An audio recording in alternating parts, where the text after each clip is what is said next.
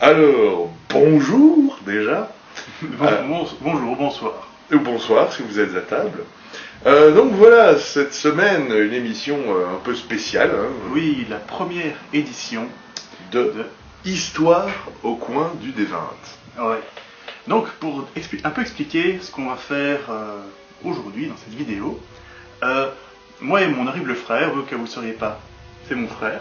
Quoi? Hein, on te l'a caché, mais c'est le cas. Merde, je croyais que tu étais ma tante. On a environ 18 ans de jeu de rôle commun. Mhm. Et donc, on a beaucoup d'histoires. Et personnellement, j'adore l'histoire de jeu de rôle. Les gens qui racontent, l'aventure s'est passée comme ça. Et entre autres, il faut l'avouer, cette émission, Histoire au coin du D20, est un petit peu inspirée de Spoony, The Spoony One, de site Spoony Experiment, qui a un vlog comme ça, qui s'appelle Counter Monkey, où il raconte ses histoires de jeux de rôle. Moi j'adore ça, et je me suis toujours dit, on devrait faire pareil. Et ce soir, on va faire pareil. Qu'est-ce qu'on fait? On va vous bassiner avec des vieilles histoires de jeux de rôle, enfin, avec plein d'anecdotes plus truculentes les unes que les autres, que nous avons vécues dans ces magnifiques mondes parallèles que sont les jeux de rôle. Et si vous ne savez pas ce qu'est un jeu de rôle, vous pouvez toujours écouter l'histoire, sinon on l'explique dans l'épisode 16, mais c'est un vieil épisode très long. Oui, mais très amusant. Mais très amusant, oui, très amusant. Il était très bien. Non, si vous savez pas ce qu'est un jeu de rôle, oui, ça va vous paraître très bizarre ce qu'on va raconter. Je crois aussi. Enfin, encore plus que d'habitude, je veux dire. Warhammer. Alors, on va pas parler de cette édition-là, mais en fait de la précédente, parce que c'était à l'époque où on jouait à Warhammer. Qu'est-ce que Warhammer?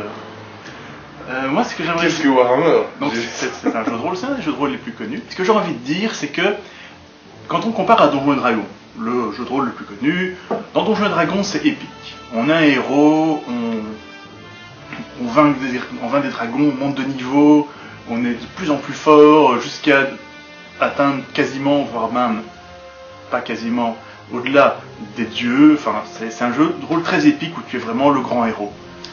Warhammer, c'est pas vraiment la même chose. Non, Warhammer, c'est... Tu es le héros aussi, mais tu le mérites. Tu es dans la boue, t'es pas si fort que ça dans Warhammer, tu peux te faire avoir d'un coup d'épée, tu combats jusqu'au bout, c'est très différent, c'est très chouette aussi, mais c'est très différent, c'est vraiment la boue et le sang. Oui, moi j'avais plutôt envie de dire, c'est le jeu de rôle où tu commences clochard en fait. Oui, il y a ça. Voilà, c'est-à-dire que tu peux commencer en tant que trafiquant de cadavres et boueur, et à la fin tu peux terminer assez bien en étant chevalier, etc. Un élément intéressant dans Warhammer qui va beaucoup agrémenter nos histoires, c'est la dégénérescence au fur et à mesure de ton personnage. C'est-à-dire que tu vas te prendre des points de folie qui vont donner des folies. Ton personnage va devenir petit à petit fou. Et aussi, quand tu te fais blesser, tu vas te prendre des blessures permanentes. Et ça peut être rigolo et frustrant à la fois. Oui, ça donne lieu à des situations assez amusantes. Quand on a un magicien qui est unijambiste, avec une main en moins, qui est handicapé mental. Je suis sûr qu'il se reconnaîtra. Oui. Et donc voilà, nos parties de Warhammer ont eu lieu il y a... Combien de temps? Il y a 15 ans? C'était... Non, moins, quand même. J'aurais dit 13 ans, un truc comme ça. Ouais, il y a environ 13 ans, donc c'était il y a quand même bien longtemps. C'est un de nos vieux jeux de rôle, mais c'est quand même un qu'on a très cher à cœur. Entre autres, moi, c'est mon personnage préféré de jeu de rôle vient de là. D'ailleurs, je vais me lancer, moi je jouais à l'époque Bibo Paul Menton, qui était un hobbit. Oui, j'étais jeune, je sais que c'était pas très original. Déjà, tu jouais un halfling, tu jouais pas un hobbit. Non, c'était un petit Jean. Oui, Warhammer, petit Jean, c'est un hobbit quoi. C'est juste qu'ils n'avaient pas le droit, c'est un halfling, ce que vous voulez. Moi je préfère dire hobbit. Un petit Gugus qui mange de la tarte aux pommes et qui chante des chansons. Sauf que mon personnage était... il a commencé à écrire public et il était mythomane. Mais il avait un tel charisme et une telle chance que je racontais n'importe quoi, tout le monde me croyait. Et j'avais un grand chapeau. Très grand chapeau. Et des fausses moustaches. Une fausse barbe. Ah oui, une fausse barbe. Parce que je voulais que mon personnage ait une barbe, et le maître jeu m'a dit non, les hobbits n'ont pas de barbe, et ben alors j'avais une fausse barbe. Et ce personnage a vécu quand même très longtemps, et il est passé par un grand nombre de carrières. Il a fini chevalier panthère, qui est l'un des plus grands ordres de chevalerie du monde de Warhammer. Comme dans le Seigneur des Anneaux. Voilà. Et il avait à la fin 6 en force, ce qui en comparaison pour vous dire, et je crois qu'un ogre a 5 en force. Et voilà. Ça va. Il est très content de son personnage, des années après, il en parle encore. Bah, moi personnellement, je n'avais pas un personnage hyper intéressant. Puisque je jouais un archer, mais qui venait du sud. Il venait de Tillé. Je venais de la Tillé, donc c'était un personnage très arrogant. Et hélas, j'avais une sacrée tendance à réussir tout ce que je faisais. Donc j'avais une chance incroyable au dé. Mais ce qui est le plus intéressant, c'est le reste du groupe. Ben oui. La joyeuse bande qui nous suivait dans toutes nos aventures. Il y avait des gens qui venaient et qui partaient. Tiens, juste avant, une légère anecdote à propos de quand tu commandais une shop avec ton personnage. Oui, mais ça, la blague vient du maître de jeu, c'est quand je voulais acheter, commander une shop, un verre de bière, il demandait une soupe. Et donc forcément on m'amenait toujours une soupe. Et ça a été très drôle. Mais le maître de jeu trouvait la blague tellement hilarante que j'ai eu des soupes à la place de mes bières pendant 3 ans de jeu, je crois. Quand même.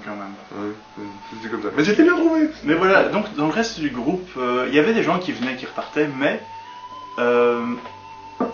il y avait des permanents qui ont joué plusieurs personnages, mais on va revenir sur les personnages les plus marquants.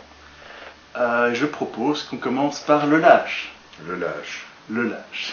Jusqu'où êtes-vous prêt à aller pour jouer avec des gens à un jeu de rôle? C'est quelque chose de très, très intéressant. Donc, on jouait dans un club à l'époque, qui était un club de jeux de rôle, club de Magic, etc. Et donc forcément, c'était des gens d'un petit peu partout dans la ville qui venaient jouer avec nous. Et je crois qu'on n'a jamais su son vrai nom. Je sais pas. On avait quel âge? On devait avoir genre 14 et 16 ans. Ouais, je devais avoir 16 ans, un truc comme ça. Et lui, c'était un mec de 12 ans qui voulait... Comment dirais-je? Le petit geek, quoi. Il n'avait pas d'amis. Enfin, je ne dis pas que les geeks n'ont pas d'amis, attention. Nous, on en a plein, les amis. Non. Qui voulait vraiment s'intégrer au groupe. Et donc, il avait décidé de jouer à un paladin. Première aventure, il rencontre des brillants. Truc classique. 3 brillants. 3 brillants contre un groupe de 4 aventuriers de bas niveau. Ça devrait se régler sans trop de problèmes. Et donc, les brillants arrivent, la bourse ou la vie. Le type répond... Ben voilà ma bourse. Voilà ma bourse. Mais c'est le truc, on était censé les combattre. Personne ne donne jamais sa bourse aux brigands. Donc les brigands rigolent. Et les gens disent, ok, t'as une belle armure, donne-moi ton armure. Il enlève son armure, il la donne aux brigands. Et ensuite, donc là le maître de jeu commence à rigoler. Le maître de jeu commence à dire, tiens, oh un bon foireux là, on va voir jusqu'où il est prêt à aller. Donc il dit, oui ok, le brigand dit... mets-toi à 4 pattes et imite le cochon. Okay. Il a fini à poil, sans thune, à 4 pattes en train de faire le cochon, avec des brigands hilars qui lui grimpaient dessus. Et nous aussi on était hilars. Ça n'a pas fini à la délivrance. Oui, c'est pas. La seule chose qui lui est pas arrivée, c'est qu'il s'est pas fait enculer. Voilà, ça n'a pas fini à la délivrance, mais voilà. Donc à ce moment-là, je crois que les autres joueurs, ils étaient en train de se marrer, ils se sont dit, bon ok, c'est pas tout ça, mais on tue les brigands. On a tué les brigands. Voilà. Mais la réputation de notre fameux chevalier était déjà bien entachée. Elle est restée. Et il avait vraiment envie de jouer avec nous, ce petit gars. Donc, bon, qu'est-ce qu'on lui a fait en premier? Je sais plus. Alors, ce qui est arrivé, c'est que donc on faisait la campagne impériale, qui est la grande campagne de Warhammer. Et dans la campagne impériale, il y a toute une partie où on est sur une péniche. On obtient une péniche, et nous avons beaucoup d'histoires autour de cette péniche. La guerre du saucisson va arriver un peu plus tard. La guerre du saucisson. Mais pour en rester sur le lâche, donc je crois qu'il faisait un nouveau personnage. Son précédent était mort, ou quelque chose comme ça. Il faisait un nouveau personnage qui nous rejoint. Et l'un des joueurs lui dit, ok, écoute, tu es... T'es le petit nouveau dans le T'es le petit nouveau, tu nettoies le pont. Et là, le lâche a eu les boules et a dit, non, je ne nettoierai pas le pont. Donc le joueur dit, ok, mais je le bats. C'est affreux. Enfin, c'est pas moi. Hein. Moi, je n'aurais jamais. Non. Je sais plus qui a fait ça. C'était le magicien. Je pense que c'était l'horrible magicien. Voilà. Et en plus, tu vois, il le frappe. Et il casse son bâton. Et il casse son bâton. Et je dis merde, mec. Avec ton armure, là, t'as cassé mon bâton magique. Tu dois nous rembourser. Tu dois faire le ménage et t'occuper de tout dans le bateau. Et alors, on avait peur qu'il s'en aille. Donc, il nous a demandé au nain du groupe, qui était un ingénieur. Un ingénieur nain, nous allons aussi revenir dessus après, qui nous a fabriqué une cage dans laquelle de la péniche il y avait une cage pour mettre le petit jeune qu'on avait pris sous notre aile. Et on sortait pour les aventures. En plus, je pense qu'il avait fait du super bon boulot. C'était un truc avec une clé spéciale qu'il n'y avait pas moyen de crocheter. Et tout un mécanisme parce qu'il était ingénieur. Ouais. La péniche, ça me fait penser qu'il faudra qu'on raconte l'histoire de la bûcheronne aussi. Oh, je l'avais presque oublié, celle-là. Très très bon. Très bon la bûcheronne. Et donc bref, oui, notre ami le nain qui se baignait tous les jours dans des barils de bière, on se demandait où il allait chercher tout cet argent, avait fabriqué une cage pour mettre le lâche, il avait un seau pour faire caca, un seau pour faire pipi, et on le sortait quand on avait besoin de lui pour le lancer en kamikaze devant les ennemis. Et le joueur a joué avec nous pendant...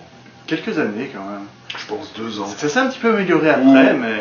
Il jouait l'esclave du groupe. Tout à fait. Mais il le faisait jusqu'au bout. Un truc, mais monstrueux, quoi. Aujourd'hui, personne n'accepterait ça. Non. Mais bon, il a eu des débuts dans le jeu de rôle difficile. D'ailleurs, s'il nous regarde, eh bien, j'espère que je vais continuer. Et je dois avouer que c'était pas spécialement moi.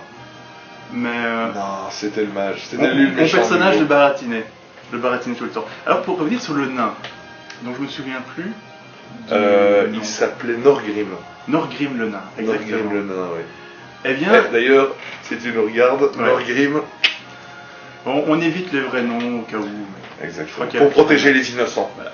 Alors, un truc intéressant avec ce nain, c'est que il y avait un problème entre le maître de jeu et le joueur. Il y avait de l'animosité en dehors de la partie entre le joueur du nain et le maître de jeu. Et donc, habituellement, ça pue quand ça arrive. Ouais. Et donc, le truc, c'est que le maître de jeu voulait tuer ce nain. Il voulait tuer ce nain. Mais il était intuable. Ouais. Mais il avait bien fait son perso. Il avait une endurance de monstre. Et quand je dis de monstre, en vrai, je crois qu'il avait plus endurance qu'un géant, je pense. Il avait autant, je crois. Il avait 7, et je crois qu'un géant, il a 6 ou 7. Mais en fait, et là je dois dire que c'est un peu grâce ou à cause du maître de jeu, le maître de jeu ne pouvait plus mettre de monstres assez puissants dans la partie que pour tuer le nain sans risquer de tuer tout le reste du groupe. Donc il était dans un dilemme, il voulait se débarrasser du mec, mais en même temps il voulait pas tous nous tuer et passer pour un maître de jeu trop impitoyable, ce qui était déjà un peu sa réputation à l'époque. Ouais, il y a de ça. Il était assez impitoyable. Mais... appelons-le Bill. Mais donc ce nain prenait aussi des bains, il prenait des douches de bière. Il se trompait dans la bière qui séchait sur lui, il était dégueulasse, il était tout le temps dégueulasse. Collant. Et quand il y avait un combat, apparemment il y avait des archers, il ne se planquait pas. Il fonçait vers les archers. Ok, tu te prends 3 flèches. Ok, aucune chance que les flèches le blessent avec son armure, etc. C'est assez impressionnant. Mais nous allons revenir sur la péniche et sur la guerre des saucissons, car ce nain a une part très spéciale. La guerre du saucisson. La guerre du saucisson. Je vais simplement commencer. Si tu recommences avec Norgrim le nain, qui dit au maître de jeu: je m'achète le plus gros et le plus beau saucisson. Ok, ça te coûte toute la ville. Une couronne d'or, ce qui est un an de recettes pour un paysan. C'était le genre le saucisson qui était prévu pour le duc du coin. Voilà. Et il en est super fier, il le cache dans sa cale, dans la péniche. Mais là-dessus, il y a une dispute. Il y a une dispute, je sais plus Je sais plus sur quoi tenait la dispute. Mais en gros, de toute façon, on se prenait la tête avec le nain tout le temps. Ouais. Pour tout et n'importe quoi. Mais là, la dispute s'envenime. Et le nain dit à un moment, en bon joueur, mec qui joue son nain, ah bah c'est comme ça, je me casse, je reste pas sur votre péniche, je prends mon... Sur votre pénis. Sur votre péniche. Je prends mon... Poney, il avait quoi? Il avait un baudet, il avait un poney. Et bah vous me débarquez et je vais chevaucher le long de la berge. Mais je veux pas rester sur votre péniche. Voilà. Et il oublie son putain de saucisson sur le bateau. Alors, je ne sais pas si c'est physiquement réaliste, mais les choses sont jouées comme ça. C'est-à-dire que nous étions sur la péniche qui longeait un chemin, qui était sur la rivière, qui longeait un chemin sur lequel le nain était avec son poney ou son baudet. Et donc nous étions tout le temps côte à côte. Et on lui lançait des insultes. En mangeant son saucisson. Et donc voilà. Et nous avons été chercher ce saucisson et on lui lançait des pots. On lui lançait les et pots. Il était hors de lui car c'était son saucisson. Je crois qu'à un moment, je suis plus sûr de comment c'était passé, mais il était question qu'on ne le laisse plus du tout monter sur le bateau parce qu'il voulait nous tuer. Ouais. Le nain voulait nous flinguer parce qu'on avait mangé son saucisson. Et c'est tout à fait logique. On ne mange pas le saucisson d'un nain. Je crois que c'était le seul à avoir la clé de la cage du lâche. C'était le seul qui... Et le lâche avait très peur de finir à mourir de faim et de soif dans sa cale. Mais donc voilà, c'était la guerre du saucisson. Et alors une caractéristique aussi de Noririm, c'est qu'il avait l'énorme bague. La bague des ingénieurs nains. Des ingénieurs. Des ingénieurs. Il faisait comme ça. Et il faisait ça, il faisait ok, je rentre et je suis un ingénieur. Comme ça. Un ingénieur. Et il vous brandissait ça sous la gueule comme ça. Mais oui. Noririm, si tu nous écoutes. J'ai déjà fait. Mais oui, mais c'était beau et ça ne s'est pas spécialement arrangé. Nous allons terminer, je crois, la péniche sur l'histoire de Greta, la bûcheronne. Oh merde.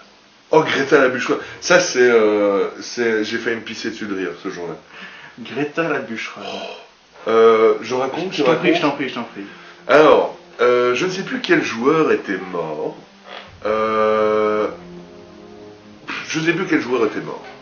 Il avait recommencé un personnage et il voulait faire quelque chose d'original. Et le truc original, c'était qu'il jouait une femme. Oh, une femme. Forcément, on était dans un club de jeux de rôle dans une petite ville, donc il n'y avait que des mecs. Mais un mec qui joue une femme, incroyable.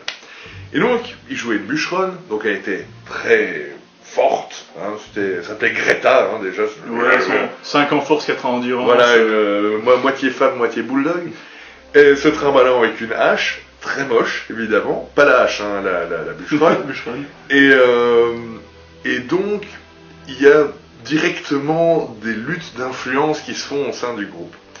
Le nain, qui essaye de rester au top de « c'est moi le menaçant ».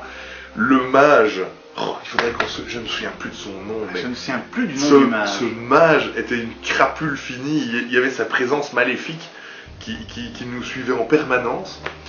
Et Greta, qui avait décidé, je suis la bûcheronne, maintenant c'est moi la matriarche du groupe. Sans compter Bibo et Mendoza. Mais nous on était un peu plus les électrons libres. Voilà. Et il se fait que, toujours sur cette putain de péniche, il y a eu une grosse dispute entre le mage, j'ai envie de l'appeler Guldrak, mais je suis pas sûr que c'est comme ça qu'il s'appelle. Ça fait qu'en G, mais... ou Gordak. Bref, c'est pas loin. Gordak et Greta Gordak se disputent, mais pour de bon, genre on sent qu'il va y avoir une fight au sein du groupe. Et la fight s'est déroulée au moment où Greta prenait sa douche, enfin en tout cas faisait ses ablutions. Donc cette gigantesque bonne femme, nue dans sa planque, enfin dans son plus simple appareil, oui. Elle est toute nue. Déjà ça nous faisait crever de rire à l'époque. Hein, et une femme à poil. Une grosse femme à poil. Et là-dessus, tu veux raconter la fin ou pas? Elle court, donc je crois que je lance le mage. Oui, le mage va pour la mater ou un truc comme ça, pour la faire enrager. Et donc elle le voit et elle le poursuit nu à travers la péniche. À poil avec sa hache, poursuivant un petit mage. Et donc là-dessus, le mage, qu'est-ce qu'il fait? Il se dit bon, je vais crever. Ouais.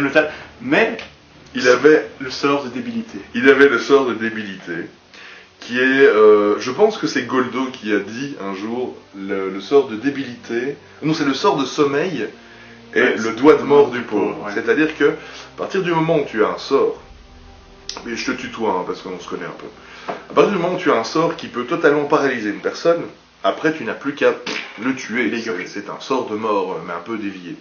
Et le sort de débilité fait que tu deviens tellement débile que tu te prends pour un mouton.